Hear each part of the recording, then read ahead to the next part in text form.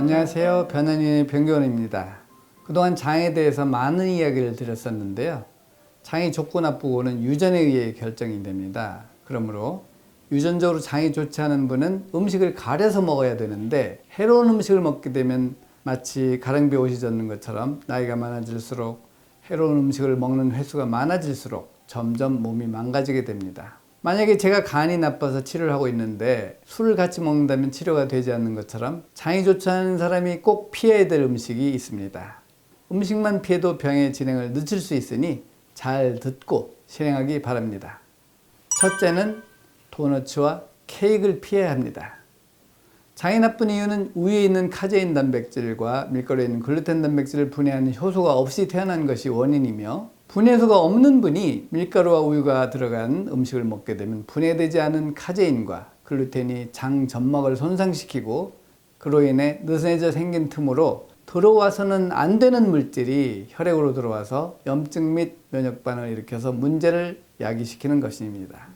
20살 때까지 밥도 잘 먹고 잠도 잘 자고 대변도 잘 보던 청년이 30세가 되어 신부전증 진단을 받는 경우가 있었습니다. 이 또한 장누수가 원인이 되어 염증이 심해져 나타난 것이었습니다. 따라서 음식을 가려 먹는 것은 아주 중요합니다.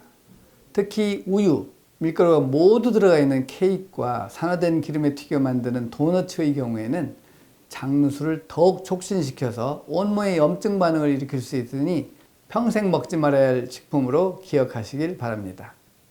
둘째는 과일을 될 수 있으면 피해야 합니다. 아침 사과는 황금 사과라는 말을 종종 들을 수 있지만, 이는 사과에 있는 성분을 영양학적으로 표현한 말이지 대사 과정에서 과일이 하는 역할을 모르기 때문에 하는 말입니다. 과일에는 과당과 포도당이 있는데, 과당은 간으로 가서 지방간을 만들고 포도당은 혈당을 갑자기 올렸다 내렸다 하면서 인슐린 조절이 되지 않아서 결국은 당뇨병이라는 진단을 받을 수도 있게 됩니다. 그러므로 과일의 양을 절대적으로 제한해 줘야 되며, 과일 중에 그나마 해롭지 않은 것은 키위, 토마토, 배, 블루베리 등이며, 소량의 과일을 식후나 식사 중에 먹는 것이 제일 좋고, 식전에나 식간에 과일을 먹지 않는 것이 좋습니다. 식전에나 식간에 과일을 먹게 되면 혈당 조절이 안 되기 때문에 좋지 않습니다. 셋째는 튀긴 음식을 피해야 합니다.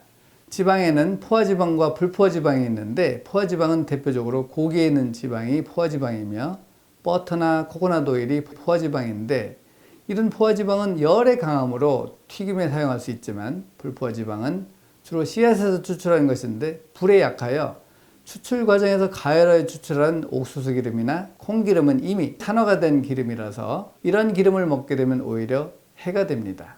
시중에 파는 대부분의 튀긴 음식은 산화된 기름으로 튀긴 것이 많기 때문에 될 수 있으면 감자튀김이나 후라이 치킨을 먹지 않는 것이 좋고, 꼭 먹고 싶다면 집에서 코코넛 오일을 이용하여 튀겨 먹는 것이 좋습니다.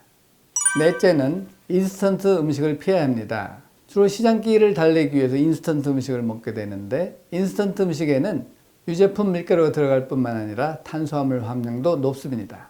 탄수화물은 보통 연소시간이 2시간이기 때문에 2시간만 지나면 금방 배가 고파집니다.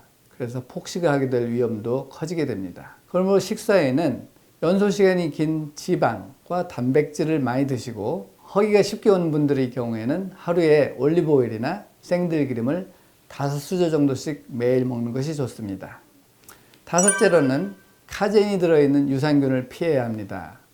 아니, 웬 유산균을 피하라고 이렇게 생각할 수 있는데, 장이 좋지 않은 분들의 경우 대부분 유산균을 구입해서 드십니다. 유산균도 종류가 얼마나 많은지 여성만을 위한 유산균, 어린이 유산균, 김치 유산균 등등 셀 수 없이 많습니다. 큰 문제는 카제인을 넣어 만든 유산균 제품들이 시중에 너무나 많다는 것입니다. 무려 10개 중에 9개가 카제인이 들어있다고 보셔도 무방합니다. 그런데 이런 카제인 성분이 들어가 있는 유산균은 카제인 분해소가 없는 분들에게는 오히려 독이 될 수 있습니다. 따라서 유산균을 구입할 때는 성분을 자세히 보고, 유청 단백질이나 카제인 나트륨이 들어간 유산균은 꼭 피하시고, 성분이 제대로 적혀 있지 않는 경우에는 정확히 검사를 한 후 섭취하시거나 아예 먹지 않는 것이 오히려 장 건강에 좋습니다. 지금까지 장이 좋지 않은 분이 피해야 될 음식 5가지에 대해서 말씀드렸는데요. 잘 실천하시어 면역세포의 80%가 있는 장 건강을 회복하여 건강하게 오래오래 살기 바랍니다. 감사합니다. 그럼 오늘 영상이 조금이나마 도움이 되셨다면 좋아요와 구독 부탁드리고 더 궁금한 사항은 아래 댓글에 남겨주시면 감사하겠습니다. 감사합니다.